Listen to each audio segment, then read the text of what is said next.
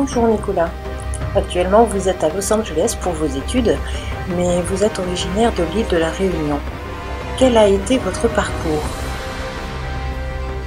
Bonjour, j'ai passé mon enfance à Sillaos, où j'ai commencé à apprendre le piano avec ma mère et l'accordéon avec Madame Amoe. Lorsque nous avons déménagé au Tampon, j'ai continué l'apprentissage de l'accordéon avec Monsieur Hugo Betty, qui a été vraiment important pour moi. Il était un professeur formidable, talentueux et m'a vraiment donné une rigueur de travail. Durant mon adolescence, j'ai appris la guitare et lorsque je suis arrivée au lycée, j'ai pris des cours de violon au CFEA du Tampon avec Monsieur Waro qui m'a convaincue de rester dans la musique. Ça a été une très belle rencontre. Il m'a aussi donné l'occasion de vivre de très belles expériences grâce à ses concerts. Après mon baccalauréat, je suis allée faire mes études à Paris.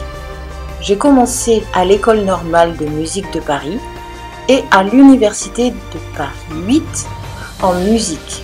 Puis je me suis dirigée vers des études d'ingénieur du son. Je voulais produire mes propres musiques. En 2013, j'ai décidé de tenter ma chance à Los Angeles, de vivre mon rêve américain et j'en ai profité pour compléter mes études en musique business à UCLA Extension. Vous jouez de combien d'instruments exactement? Faites-vous partie d'une famille de musiciens? Mes parents font un peu de musique, oui. Ma mère du piano et mon père du clavier et de la guitare.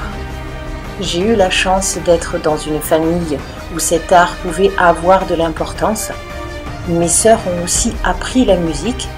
Je joue du piano, de l'accordéon, de la guitare, de la basse et un petit peu de violon.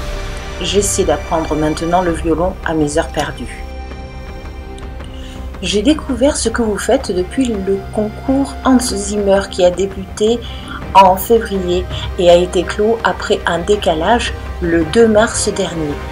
Et malgré le fait d'avoir gagné ce concours, ils ne vous ont pas retenu.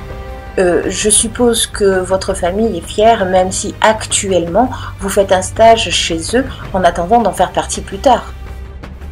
Ce concours a été une formidable aventure pour moi. Il m'a permis de me faire connaître auprès des professionnels, mais aussi du grand public. J'ai eu beaucoup de messages, de soutien qui m'ont vraiment touchée. Et j'ai eu l'occasion d'avoir des projets avec des personnes qui m'ont connue à travers le concours. J'ai effectivement fait un stage dans les studios de Hans Zimmer. Après cette compétition, ainsi que dans les studios de Henry Jackman, compositeur de Captain America, X-Men, Big Hero 6, etc. J'y ai fait des rencontres exceptionnelles avec des gens passionnés et talentueux. J'ai pu garder de très bons contacts avec les employés des studios. Hans Zimmer a en fait plusieurs studios qu'il loue à d'autres compositeurs. Peut-être qu'un jour je pourrai en faire partie. Concernant votre lieu de résidence actuel, votre île ne vous manque pas? Je m'adapte très vite à de nouveaux lieux. J'aime beaucoup Los Angeles, le climat et certains paysages me rappellent ceux de la Réunion. Ce qui me manque le plus, c'est bien sûr la famille et je dois bien l'avouer, les desserts créoles. Je mangerai bien un petit bonbon miel, là, tout de suite. Vous avez concouru au Festival de Cannes avec l'équipe de Somnolence, un court-métrage qui faisait partie de la liste du Short Film Corner. Quels souvenirs en avez-vous? Et j'ai vu que plusieurs projets sont en préparation. Clip avec Corail Hélicoptère de l'île de la Réunion, un documentaire sur Jackson Richardson.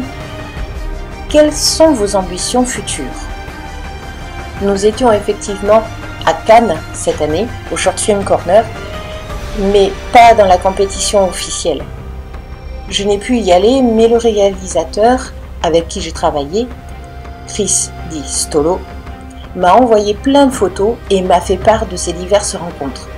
Le DVD de Corail Hélicoptère est sorti il n'y a pas longtemps. J'ai composé 26 minutes de musique non-stop pour ce projet. Les prises de vue aériennes sont vraiment sublimes. Quelques-unes de mes musiques vont être dans le reportage sur Jackson Richardson qui devrait sortir aux alentours de août-septembre. Mon but à long terme est de pouvoir faire de la musique pour les longs métrages. Pour le moment, je continue avec des courts métrages et je fais ce que l'on appelle ici du music licensing, c'est-à-dire que je place mes musiques dans des projets télé, bandes annonces de films, vidéos sur internet, etc.